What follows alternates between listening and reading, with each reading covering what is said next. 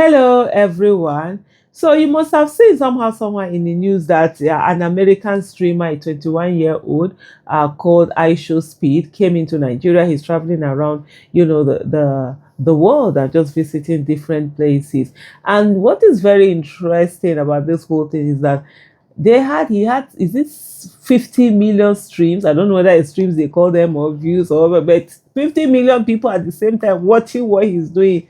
I mean, the world has really gone crazy. That's really something else. And whatever these 50 million are seeing, they're seeing it real time, and they saw Nigeria real time from through the eyes of this young man, this streamer.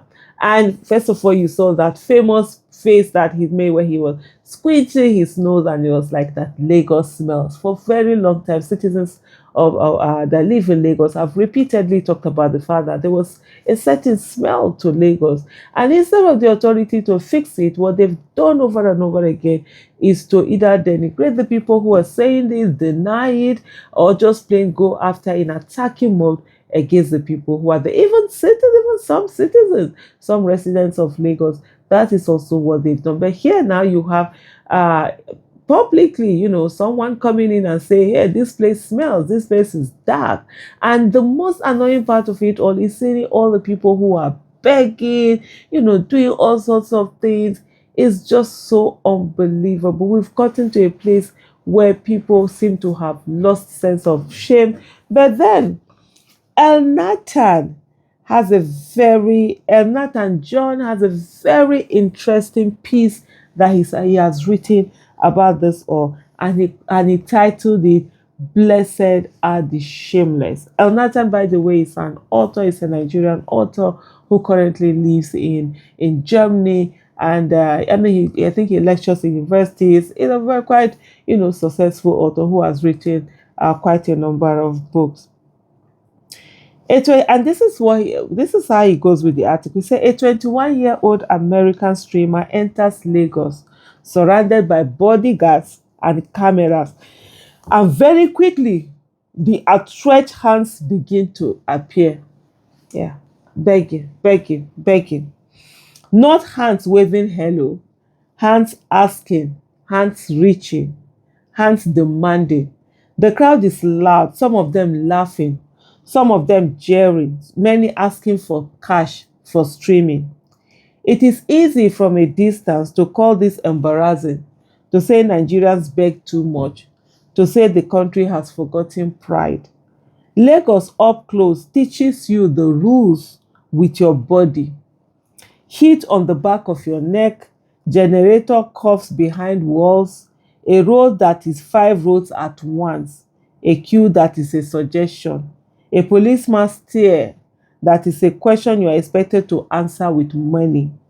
The public square is not neutral, it's an instructor, and its syllabus is survival. In a place where institutions do not protect you, where procedure does not rescue you, where waiting your turn is a reliable method of being ignored, shame becomes a rule you keep for yourself while other people eat. Dignity becomes a private aesthetic.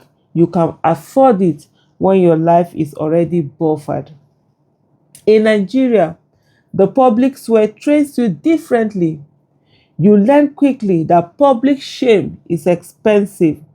You learn that the person who insists on the queue is the person who watches others get served first. You learn that following traffic rules makes you the last car on the road. So you drive against traffic. You climb the sidewalk. You become inventive with danger. You learn that reporting a crime properly often means nothing happens.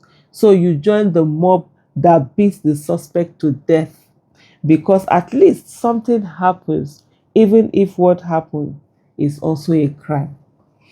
You learn the same lesson in offices that smell of paper and sweat and ceiling of fan fatigue. You go the proper route for a passport and you are told to come back next week. Next week becomes next month. Next month becomes a kind of quiet punishment. No booklet, no network, no light. Then someone leans toward you, gently as if offering advice that is also a confession.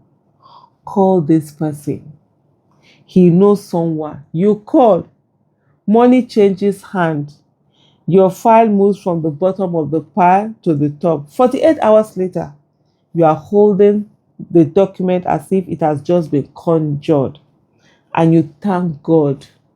You thank the Almighty Nigerian God through whom all things are possible.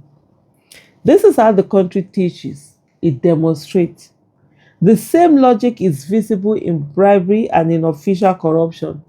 The National Bureau of Statistics, in its 2019 corruption survey, documents how normal bribery is in everyday transactions and how often it is tied to speeding up processes and getting services that are supposedly already yours.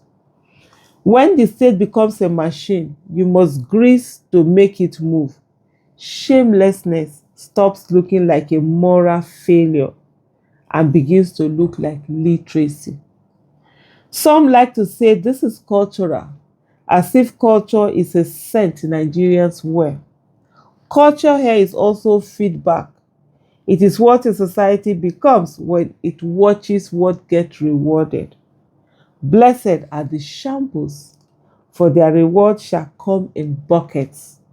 Blessed are the shameless, for their reward will come now, now. In Nigeria, now, it's a real economic principle. The future is unreliable. The present is hungry. This is why the begging around celebrity is not simply poverty. Even when poverty is present, it is an evolved tactic in an attention economy fused to a broken state. A boy walks in from America with cameras and security and an escape hatch. He's proof of exit. He is proof that money can be pulled from the air by being watched. He's moving hole in the wall of everyone else's reality. So hands reach because hands have learned that their world responds to pressure more reliably than it responds to politeness. So sociologists have name for what happened when the normal link between effort and reward snaps. Emmett Duncan describes anomie as a condition where the rule that guides desire and expectations break down and people lose the sense of a stable moral order. He develops this idea most famously in Le Suicide, 1897, where anomie is tied to social dislocation and deregulated aspiration. Robert K. Merton takes a related path in social structure and anomie, American Sociological Review 1938, arguing that when a society prizes certain goals but blocks legitimate routes to them, people adapt through different strategies, including innovation, which is a polite academic word for finding other ways. Nigeria is a place where other ways become the curriculum. You see it in politics, when shame is almost designed to fall. If you run for office believing your clean hands will be persuasive, the country laughs softly and continues. You learn the unofficial list, bribe the officials, pay the polling agents, fund the talks, buy the tools of coercion and the tools of patronage, because purity does not protect votes and votes do not always protect mandate. And when your mandate is stolen, they shamelessly say, go to court. Because they know another lesson is there waiting for you. Even the strength of a case can be made weightless when the incentives around judgment are rotten. That's why I think when we list sources of Nigerian law, corrupt judges should be top of the list. Richard Joseph in Democracy and Prebendal Politics in Nigeria, The Rise and Fall of the Second Republic, 1987, names a Nigerian political logic where public office becomes a resource to be distributed to clients, keen allies. Politics becomes access to prebends, benefits you share and trade to keep power and loyalty. In that word, begging is not only what the poor do at the roadside, it is what everyone is trained to do in different registers. Petitioning power, leaning on relationships, converting proximity into benefit. The ethic changes, the logic stays. Poor Nigerians beg, middle class Nigerians beg. We can have a whole conversation about whether there's anything like middle class in Nigeria. Rich Nigerians beg. It is easy to look at the fuel attendant begging at the petrol station and get irritated while you are on your way to beg someone to help you fast track your passport that has been stuck at the immigration office for weeks or months. It is easy to complain about all the people who beg at public events while they are waiting for the event to end so you can beg someone who will help your child gain admission to a university. It is easy to get irritated about Lagos Agberos begging for monies in the street while you are on your way to beg for something bigger, a contract, an appointment with someone who will open doors, a political godfather who will put your name on the ballot. Gianfranco Bayat, The State in Africa, The Politics of the Belly, English edition 1993, describes something similarly physical. Politics as eating, the state as meal, accumulation as ingestion, power as a stomach. When the most reliable path to comfort is closeness to the plate, people stop pretending the plate is not the center of the room. Now add the diaspora to this picture, because the diaspora sits inside Nigerian moral imagination like a second government.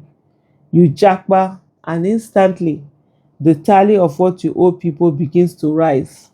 From outside, diaspora giving can be misread as generosity. From inside, it is also a social contract. Remittances become welfare. Phone calls become budget meetings. Love becomes invoices.